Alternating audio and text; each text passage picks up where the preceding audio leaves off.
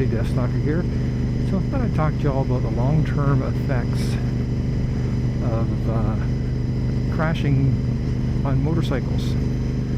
Now, these things generally are to do with road racing, because that's where the vast majority of my crashes occurred. It's some things that you get to look forward to once you get a little older. So the first thing is I've got a couple broken bones. None of them nothing too serious or whatnot.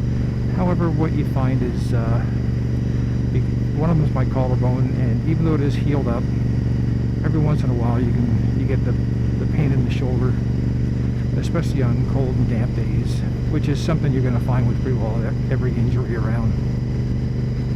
But in all honesty, it doesn't really bother me that much. Now, one thing that did bother me was my separated shoulder. Now, the separated shoulder is actually permanent. It wasn't discovered until like about 6 to 8 months after it had occurred, before they actually had x-rays and realized that I had done something here. Surgery would have been too invasive to try to fix it, because everything pretty well had solidified in that spot. And so I basically was told to live with it. Now, having that, it just means I have to be extra careful when I pick things up on my left side. So I don't try to bench press massive amounts of weight. I don't try to, help people pick up refrigerators and move them around the houses and stuff like that. It's just something you learn to live with. Again, it's something that with cold and damp weather, I really feel it. But probably 90% of the time, don't notice it unless I've done something to actually aggravate it. Now, the one thing I have done, which you definitely do notice, is I've managed to damage 5 vertebrae. Yeah, so basically it wasn't like one big injury. It's not like if you severely damage your spine and it's like they tell you you've done something. This was like accumulative over a while, and at the time it was occurring, I was in incredibly good shape, so I wasn't necessarily feeling pain immediately.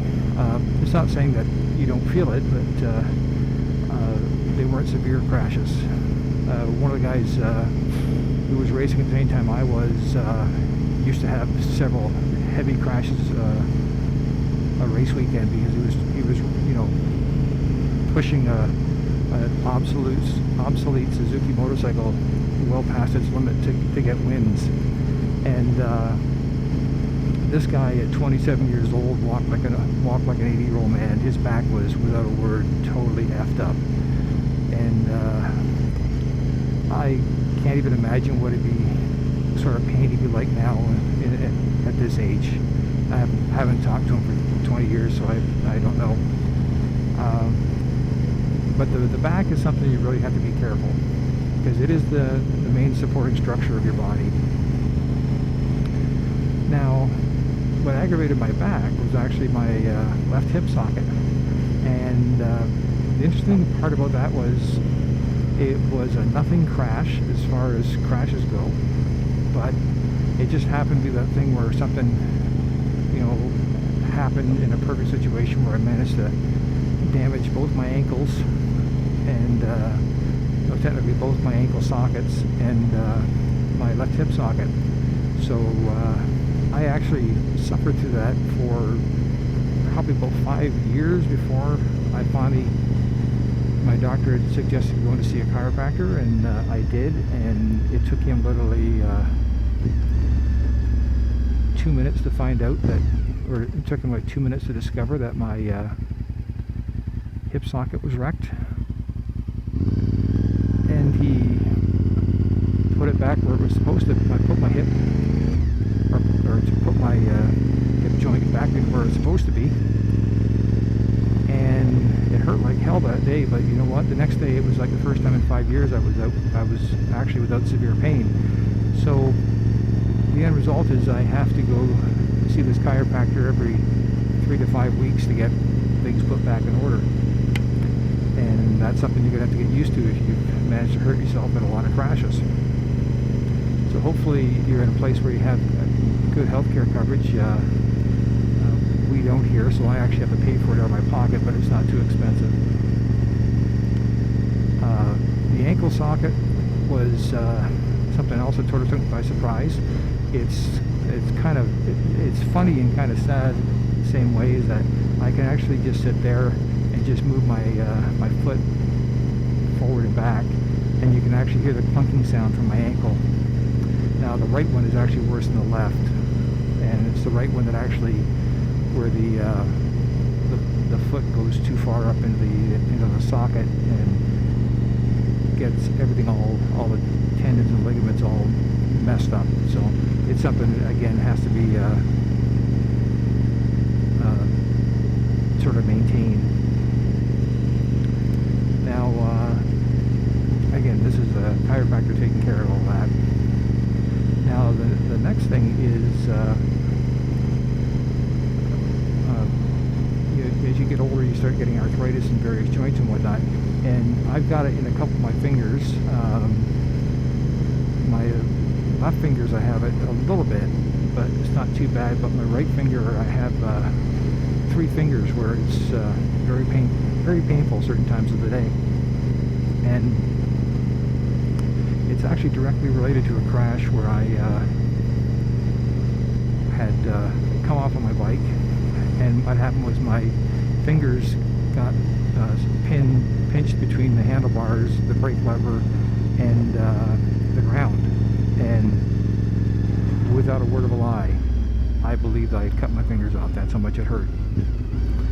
And you know, eventually the stinging went away. But what I'm finding is that 3 of those 4 fingers are getting more sensitive as I get older, and are hurting more often.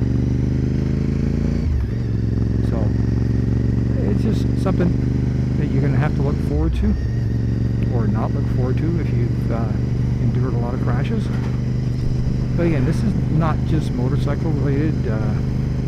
I got friends who play hockey who can barely walk because they've had so many injuries playing hockey. Friends who ski, friends who water ski. It's like pretty well any active sport. Now, the one thing is that even with several crashes, is I never actually received a concussion. And of course, my wife would always say that there has to be something there to be concussed. But hey,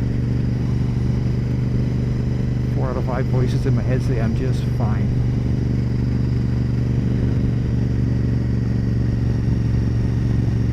So anyways, I'm just letting you know,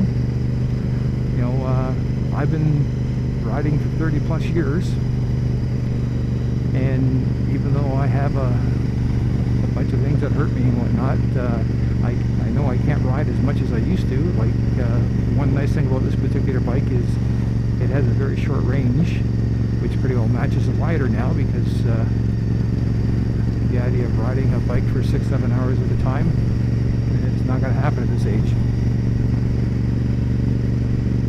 So my only suggestion to you is don't crash. If you do crash, get proper medical care taken care of. Ask a lot of questions and monitor it, because down the road something might happen where you can trace it back to that injury. But don't tell your mother or your father to make you want to sell your bike. So anyways, hope you enjoyed it. So talk to you later. Death Stalker out.